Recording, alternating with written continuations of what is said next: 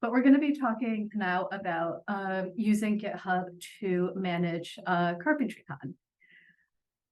So I know that we have a range of backgrounds and experiences here.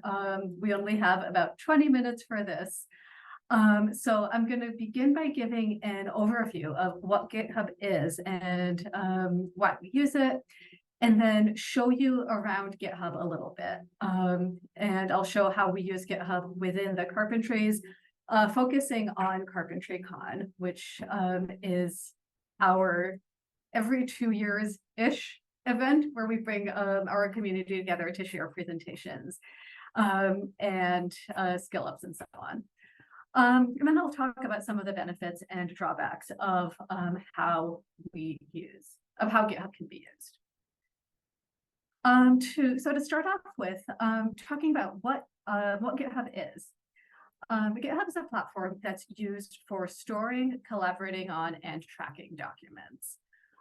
It's overwhelmingly used by software developers, but it can also be used in any context where you have multiple people working together on one project.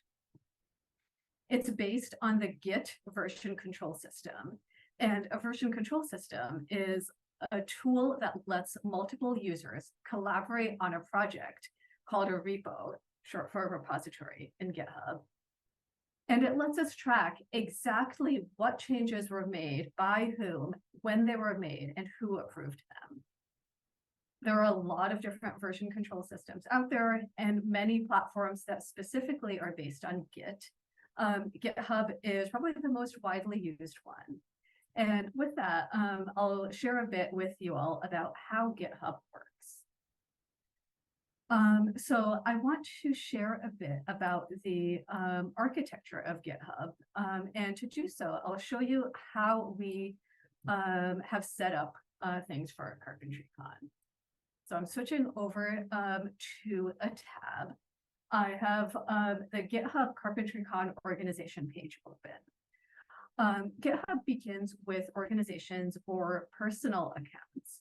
And an organization or personal account can contain many different repositories, known as repos for short.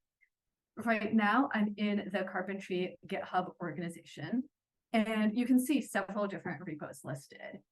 And a repo is a set of files and folders and can look pretty similar to what you see in files and folders if you're on your own desktop or on another cloud system like OneDrive or Google Drive and so on. And they can be public or private, where you decide who has access to view and contribute. So I'm going to take a look at one of our repos to start with. And this is the 2022 website repo. And it's the repo that builds this, which will come up in a sec. Here it is, the CarpentryCon 2022 website, which looks like what you might expect a conference website to look like. There's a blog, there's places where you can go to see the schedule and speakers and so on. And that is entirely built from the files and folders that you see here. All of that information is stored in one place. A couple of other tabs I want to highlight here are issues and pull requests. We talked about how GitHub can be really useful in community building because it allows anyone to contribute. And issues and pull requests are some of the main ways that people are going to do so. So first, taking a look at issues. Issues are a place where people can ask questions, report bugs, make suggestions, and it's also a place to have an open discussion. And I'll show you some examples of that in a moment. We also have pull requests, which are often, but not always, motivated by issues. And this is where you make the actual change to a document that might have been suggested in an issue. Authorized users are then able to review and accept those changes. They can also start a discussion if the change isn't exactly what they expected. They can go through all of that. So anyone can propose a change, but only authorized users can accept, or what's called merging the change in the GitHub jargon. There's a few other things that I'll share with you briefly. We have GitHub Actions, which contain scripted code that does a certain action based on some trigger. The trigger can be time-based, like every 24 hours, do this. It can be based on some other action, like say, hey, whenever an issue or a PR is put in, do this thing. It can check for things like code quality, build a website, and so on. There was a lot more to it here. I have taught day-long workshops in GitHub, which don't even come close to getting to these features. But since we want to stay on time, I want to kind of just talk about the foundations of what we can do. So I want to briefly mention just that GitHub does have features like projects, which let you do things like set up to-do lists and triage management of issues and so on. Wikis, which let you maintain documentation about the project, and then things like security and settings, which you may see in different ways depending on if you are an authorized user or not, but these let you perform some of the administrative functions related to that repo. So these are the kind of main features in GitHub that make up the general architecture of how a GitHub repo is set up. And with that, I'll talk a bit about how first we used GitHub to build the CarpentryCon website. So all of our websites are built through what's called a static site generator. And unlike websites which might be built using platforms that like WordPress or Drupal or things like that, where it's a service that you set up, an authorized user logs in with their credentials, makes edits as needed. With static sites, your entire website is built through plain text files. And those are all the files that we saw here in the CarpentryCon GitHub repo. It includes the backend JavaScript and CSS and HTML templates combined with the actual content that we create. And that means that the entire website can be stored entirely in this GitHub repo. And what's really nice about this when we are thinking about working in open source communities is that we can take advantage of static site templates that other people have written and released under open source licenses and adapt them to our needs. And it's GitHub that enables us to easily do that. So I'm going to scroll down to the end in our README, where we made a note saying that the underlying code for this website is a fork of this other project.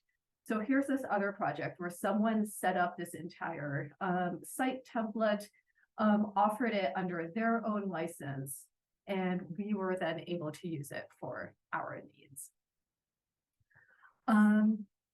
Additionally, because the entire website structure and content are in this GitHub repo, I'm going to go back to our own GitHub repo. What it means is that it becomes a system where anybody can contribute. So if I was on the CarpentryCon website here and I noticed something small like a typo or even a more substantial change, anybody can go into the website repo, either open an issue. Remember, issues are where you can bring up bugs or suggest changes, or put in a pull request where you actually make that change. And all of those changes are happening completely transparently. Anyone can follow along with the changes that are happening. So we also used GitHub to manage CarpentryCon itself in terms of the proposals and talks that were coming in. And so this was the website repo that I'm looking at now. I'm going to switch over to looking at our proposals repo. And you'll see that in this case, we don't actually have many files in this repo because this is a place where we heavily used the issues feature. So remembering that issues are a place where you can, if it's connected to a full project, you can bring up bugs or suggest changes. But it's also a place where we can just have an open discussion about any of the work related to your project. And so in this case, we were able to use it to manage when a session is proposed, people say they're interested, ask questions, offer to co-host, and so on. So I'll take a look at one as an example, like this one here. There's a proposal called How to Prevent and Kick Burnout to the Curb.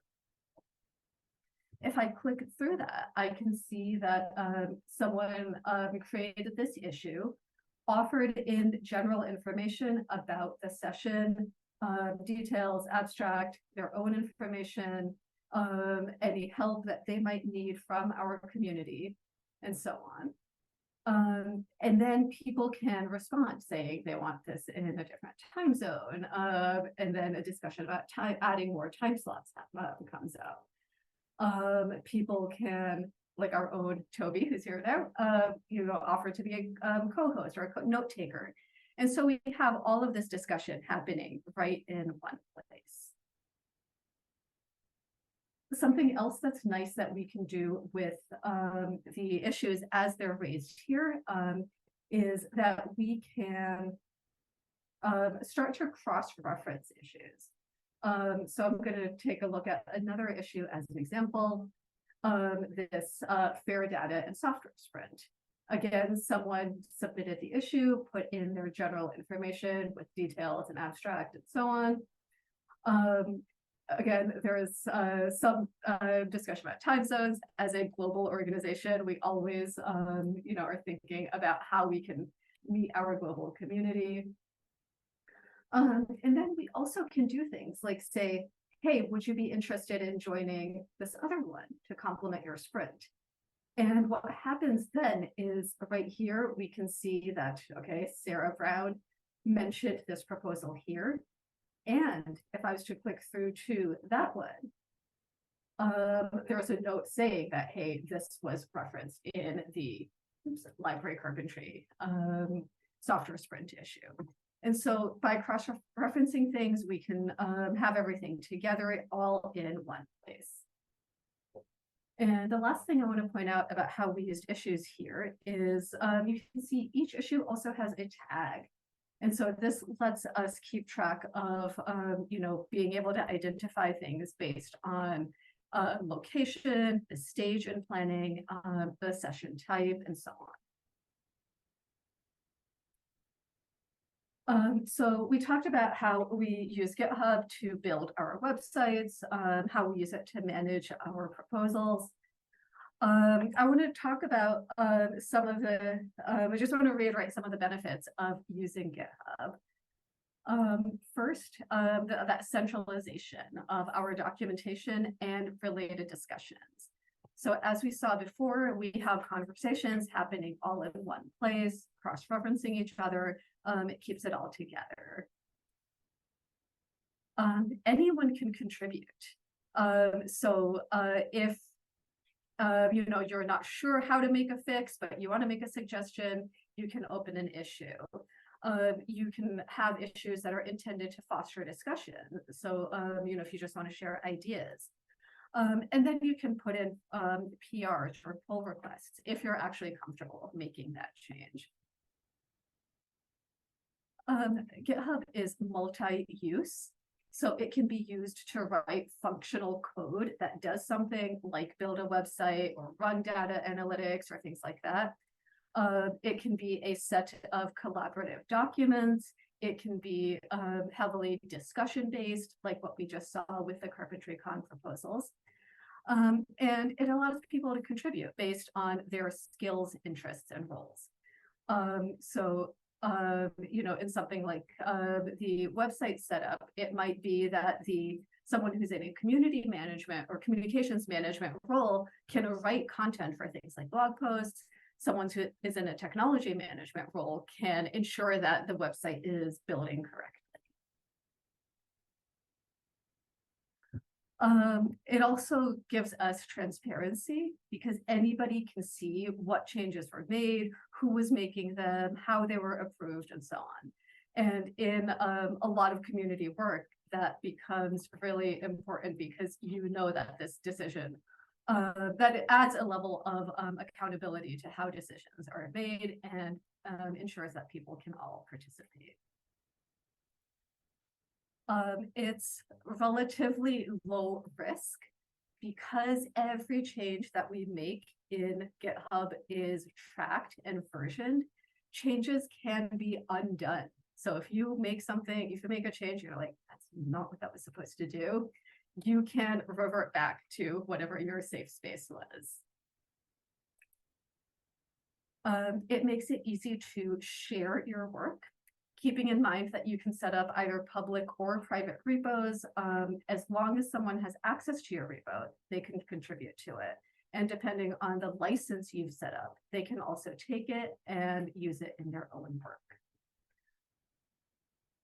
And then lastly, everything is versioned. So you can tell exactly what point of a project's history and progress you're looking at. And with that, I like to share this comic. It's something that we use in one of our curricula, where we've all been in that place where a document has gone through many revisions with different people, and you're like, who changed what at what point, and which one do I want to go back to? And that headache, that is managed for you. So that's a big advantage of using GitHub. With that, I want to just acknowledge some of the drawbacks. We do want to think about balancing public and private communications. So we can set up GitHub repos to be public or private, but we do want to think about what happens if there's a loss of continuity, if some conversations need to be taken private. We also I address transparency here as well. I know I cited it as a benefit, but remembering that when everything is public means everything is public. And that can be hard when, especially for new users, someone might be worried about, I'm not going to get it right, I'm not sure what to do, and there's that fear of publicly failing. And this is where I really want to turn to the community side of what we all do and emphasize the importance of having a strong community that demonstrates and acknowledges and respects mistakes and supports each other through that process. And lastly, I do want to acknowledge that there is a steep learning curve to get past kind of that basic level. At the basic level, contributing can be relatively straightforward, but as we get into some of the more robust features of GitHub, it requires users to stop thinking about working linearly because you're not making one change at a time. Instead, you're moving back and forth through time with many people's contributions. And so it changes how you think about working with your projects. And there's also a lot of advanced features of things that you can do in GitHub. I don't always know all of them myself. I'm always learning. But again, going back to that idea of community support, we want to make sure that we're presenting things in a way that's not intimidating to our community users, and that we're giving them support systems to learn and engage with us. So I want to close just by giving you some resources about where you can learn more about using GitHub. Some of it, I would say, first, just go and explore. Go into the various carpentries organizations or any other projects that you might know of, and take a look around how the repos are set up, how PRs and issues are coming in as people contribute. I want to direct you to Software Carpentry's GitHub lesson, which does an excellent job of showing you how to set up a GitHub account, create a new repository, put in pull requests, and review and accept other people's contributions. And lastly, I am linking to GitHub's own Getting Started documentation for you to get a look closely at GitHub. And I know that there was a few other links that were shared in today's collaborative doc as well, so definitely check those out as well. So with that, I will close and see what questions you have for me, as well as for Toby from before.